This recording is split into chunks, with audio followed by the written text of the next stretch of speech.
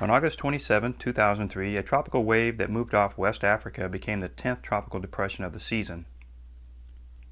The next day, the depression was named Tropical Storm Fabian. On August 29th, Fabian was upgraded to a hurricane as it continued toward the west across the Atlantic.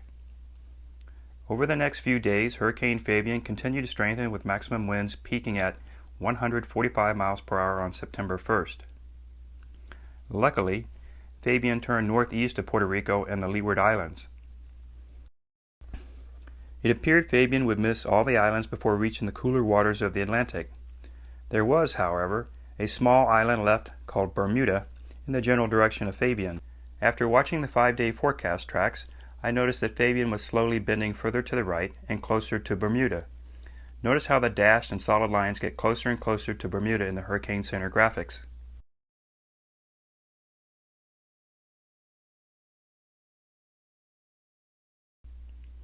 I decided to fly out to Bermuda on the morning of September 4th, the day before Fabian was expected to hit. As I looked out the plane in Atlanta, I still couldn't believe Delta was flying into Bermuda a day before the hurricane. I had been on flights before that shut down at the last minute. Once in Bermuda, I filmed the airport for a before and after comparison if Fabian really did come our way. Bermuda gets a lot of near misses. The last major hurricane to hit was at least 50 years ago.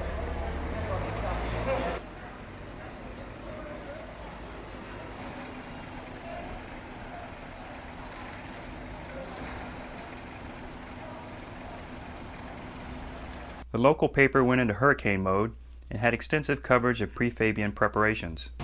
I took a cab to the Surfside Beach Club located on the south shore where I was staying. Along the way, I asked the driver if he would mind stopping so I could shoot some video. Of course not. The meter was running.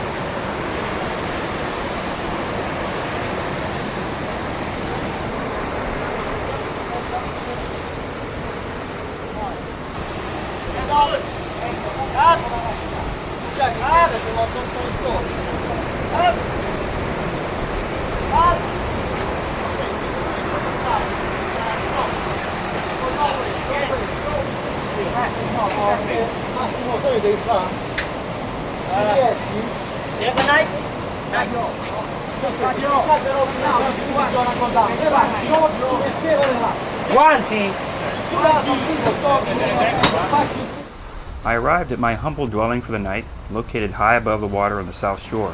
It was absolutely beautiful.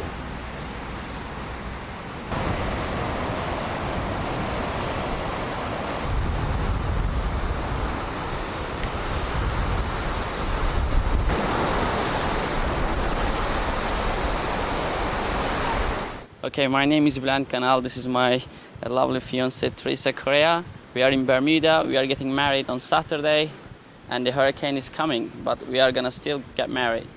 Today's Thursday. It's only 2 days for our wedding. This is our rehearsal day and dinner tonight. So far, plans were supposed to be down on the lower terrace, but now we've gone through plan A, B, and C. Worst case scenario, and it's too rough to be outside, we're gonna still get married in one of the suites on Surfside, overlooking the water, and hopefully it should be a good day. This is a resort that I'm staying at. I want to film it. I want to see what it looks like the day after. There's a coastline on the south shore. Pressure is about 1,008 millibars at 5:30 a.m. this morning.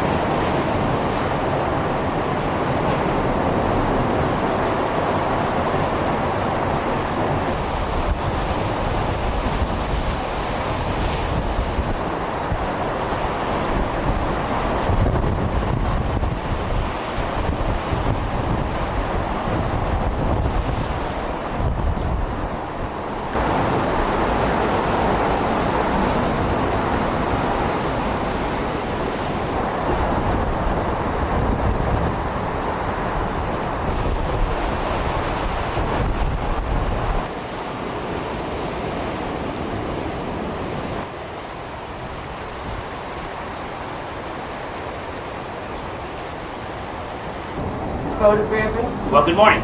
This is Jim Eds out here. We're chasing Hurricane Fabian. It is out there a few hundred miles or less. It's going to be here probably in less than 12 hours. We're getting a quick bite to eat, get some breakfast before we head out. It might be the last meal. Okay, I'm reading 1,006 millibars. It's dropped another 6 millibars since I got up this morning. That is 29.73 inches. Hurricane Fabian is due to come in just west of here at about 7 p.m. local time.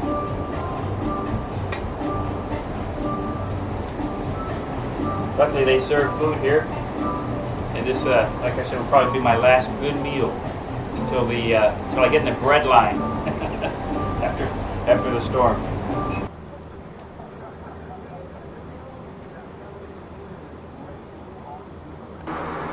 I'm storing my laptop, my case, and my luggage in the bathtub.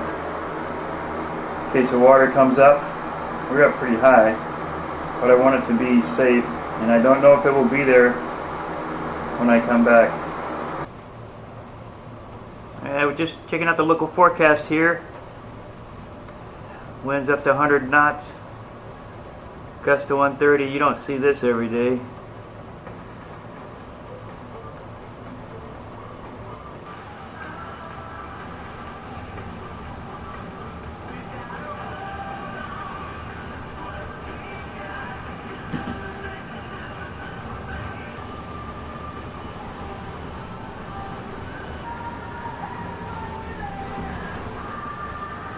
A lot of sand blowing down there.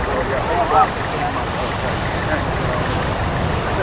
you shoot for NBC?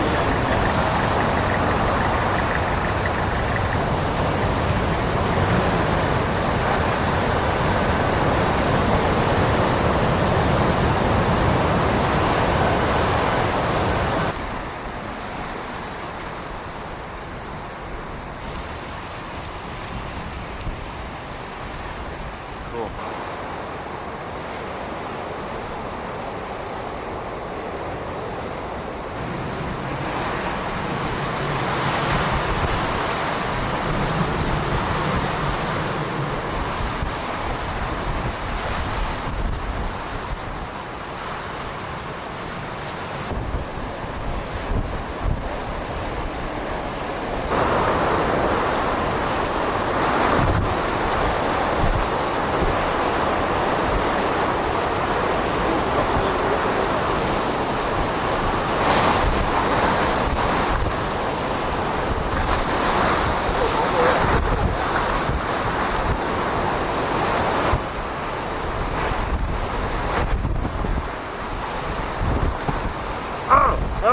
Power just went out.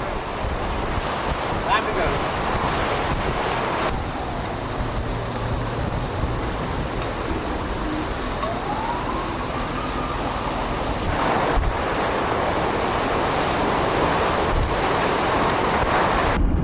The weather will continue to improve after about midnight or so as Fabian continues to move off towards then to the northeast and accelerate. You just heard Bermuda will expect to experience a storm surge of 6 to 10 feet above the normal high tide. This, with high winds, puts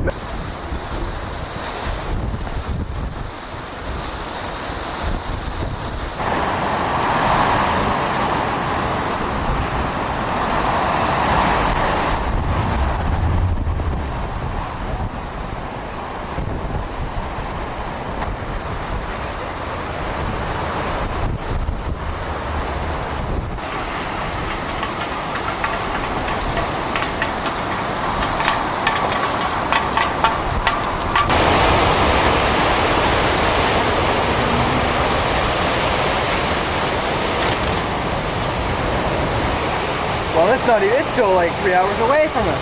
It's going to be really bad. If it's bad now, it's going to be real bad. This is what, 60, 70 mile an hour wind. It's 125 forecast. Less. You won't be able to come. We won't be able to come down here again after this, probably. This place ain't going to be the same. No. So, I got an idea. You two go sit on that park bench over there and I'll film. Yeah, all right. Such a deal. Yeah, it sounds good to me, mate.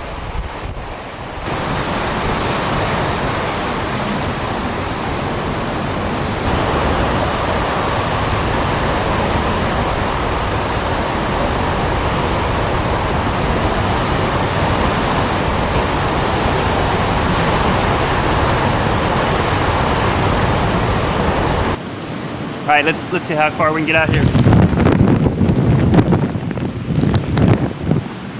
All right, this is Hurricane Fabian, and I'm gonna get out here. All right, people, it's Hurricane Fabian, and it's not even here. You got a trash can blowing around here.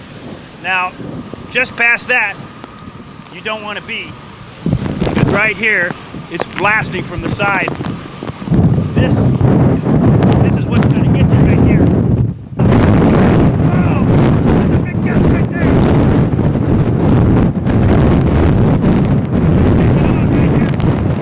Take it on.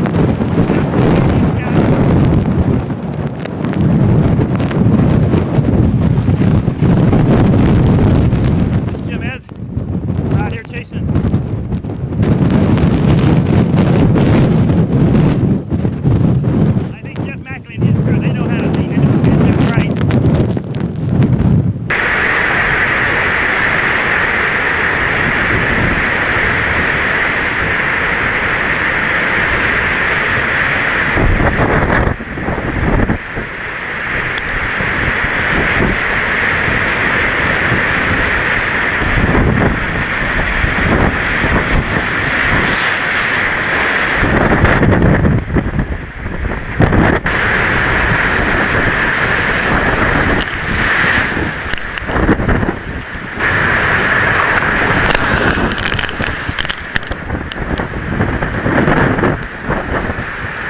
That's close one. I broke it here. Broke it. Went down here to the coast, and there's a little boardwalk, and you can get up close, and you can film storm surge coming in. One big wave came in.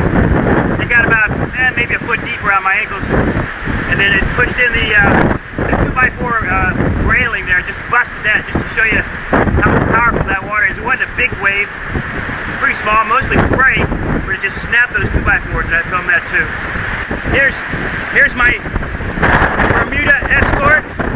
They take care of everybody, whether it's a hurricane or not. His name is Cleve. Wave. Alright. There you go.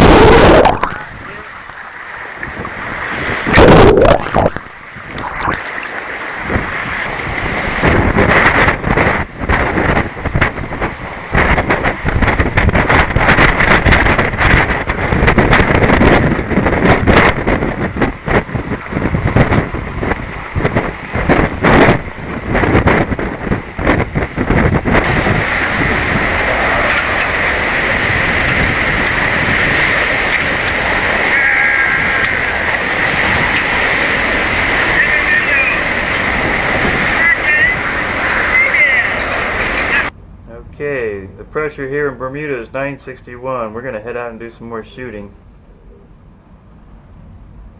We're 28.38 inches. 5:22 local time.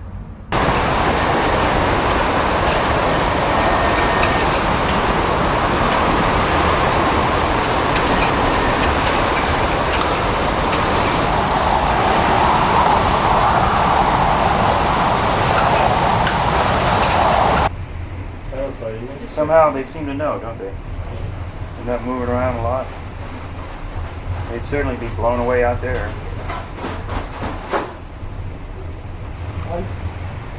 No, it's wet towels. We've got some laundry. Here is a series of visible satellite images showing the eastern eyewall scoring a direct hit on Bermuda.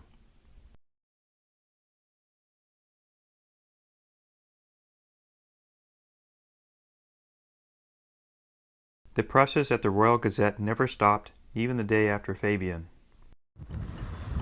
Many boats were sunk or pushed up on the shoreline by the storm surge.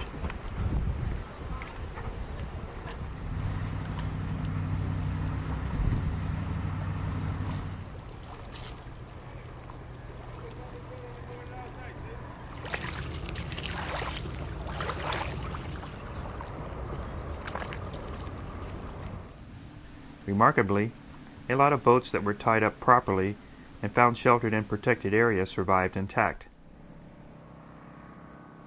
Even some of Bermuda's well-constructed houses were no match for the 120-mile-an-hour sustained winds of Fabian.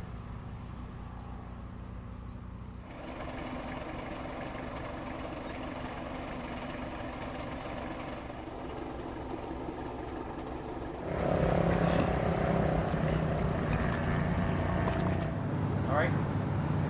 Raise water for me too, if you can.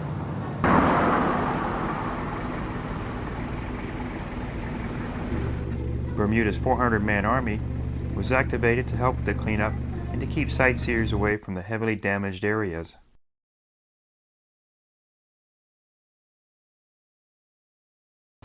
As I toured the island the day after, I found some people willing to talk about their Fabian experiences.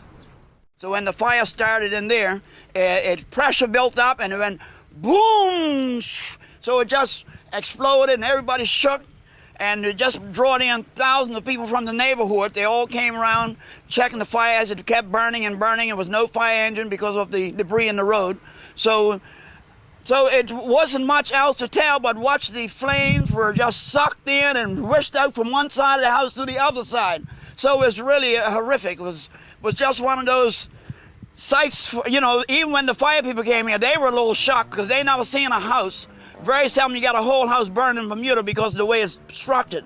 It's basically made of stone, like concrete and steel, so basically it takes a while to get to from room to room. And when they saw the whole house engulfed, they just sort of was in awe, and they just more like stayed on the outside and just sprayed water and just kept trying to do something like that because everything was just, it would never seen anything like this before.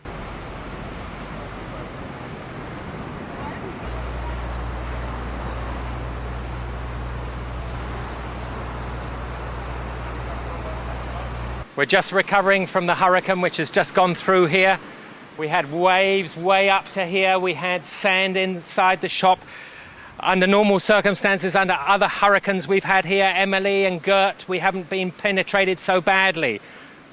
We are just getting over the sand, getting tons and tons of sand out of the shop here, and hopefully we're going to get back into business before the end of the summer, hopefully. Hopefully it will not be another September the 11th for Bermuda.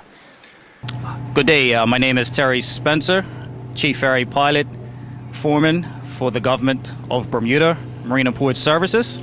Right standing before us is all our government vessels. We've just recovering after being pounded by a horrific storm, Hurricane Fabian. All our vessels did survive. One of our workshops have taken a pounding, lost some of our roof, but thank God all our staff has survived the ordeal. Right now we're just trying to transport some of our civilians from one part of the island in the east end across the harbor. We're presently trying to get a few ferries up and running, and we should have a service in place sometime mid this afternoon. But we're doing well. The community is holding together, and we're an island that can survive. We can hold our own. We're very good at it. We've done it before, and we'll do it again. This map shows the location of the airport causeway that connects the main island of Bermuda with St. George to the northeast. Tragically, 4 people died on the causeway around 2 p.m. as their vehicles became disabled and then knocked off by the wind and storm surge. The causeway was exposed to both the wind and unhindered storm surge from the east, then the west, as the eye wall of Fabian passed.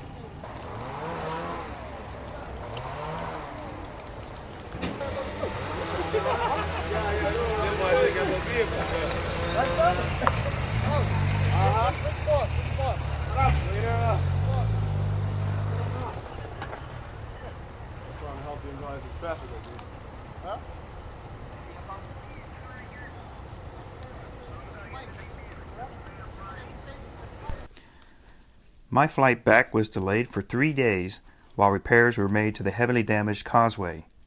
It was sealed off from the public, and Monday morning on September 8th was my first chance to see it, as I hoped to catch the first flight off the island. I spent the extra time in Bermuda sending video back to the major networks, as I had done throughout Hurricane Fabian. The Waterloo House in Hamilton, where I stayed, had backup generation with underground wiring. They never lost power throughout the storm. The satellite uplink at the local TV station was not working properly, and in one case I was asked to send a major network's video back to the U.S. after their video phone malfunctioned. Out at the airport, the power was on, but the roof was not fully repaired. So we all got in line to check in our luggage, and then it started to rain outside. Then it started raining inside. The ceiling tiles became saturated and began falling down, requiring everyone in line to relocate to a safer area. Folks, right now, anybody that's standing underneath any of these has to go over.